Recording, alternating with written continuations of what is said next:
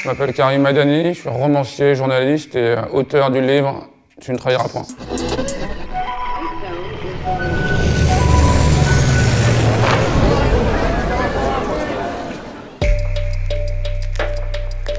L'histoire du bouquin tourne autour de la figure de Commer, un artiste graffiti vandale. Un graffiti vandale, dans l'univers du graffiti, c'est s'attaquer à des surfaces interdites, comme les métros, les trains, les RER. Et à travers l'histoire du graffeur vandale Commer, on va découvrir une procédure inédite en Europe, à savoir le procès de Versailles, un procès assez spectaculaire dans la mesure où jamais on n'avait vu autant de gens défiler à la barre. Je crois qu'il y a plus de 60 prévenus pour du graffiti. C'est la première fois qu'on juge des gens un peu en masse comme ça sur du graffiti en France et aussi en Europe.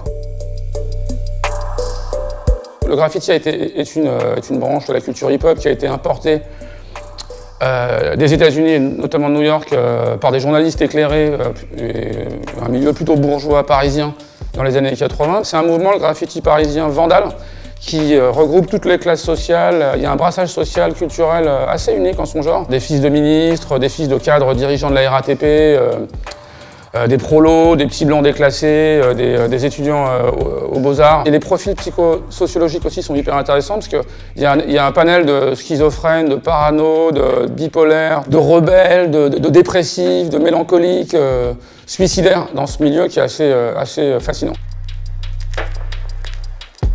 Paris sous les bombes, 1996, c'est pas uniquement le titre d'un album de NTM, c'est la réalité à Paris et dans la petite couronne. C'est-à-dire que jamais Paris n'a été aussi bombé, graffité, tagué, explosé, cartonné, déchiré. En 2001, la RATP au bord de la crise de nerfs, la SNCF aussi, les tours jumelles viennent de s'effondrer. Et il y a une espèce de théorie un peu délirante au sein de la police à ce moment-là, qui relierait apparemment le graffiti vandale et une forme de djihadisme, de terrorisme. Donc les flics sont persuadés de ça. Et créer une cellule anti-graffiti inédite, c'est une première en France. C'est la cellule GDN ou la cellule Garde du Nord, à la tête un commandant de police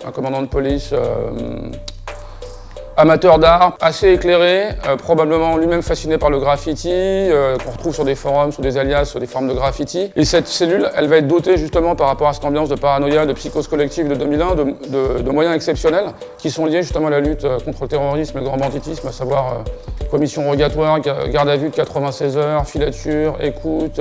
Donc quand vous aurez terminé la lecture de Tu ne trahiras point et que vous redescendrez dans les couloirs du métro, et que vous verrez des graffitis, des tags sur les murs, vous n'aurez plus du tout le même regard en fait sur ces tags.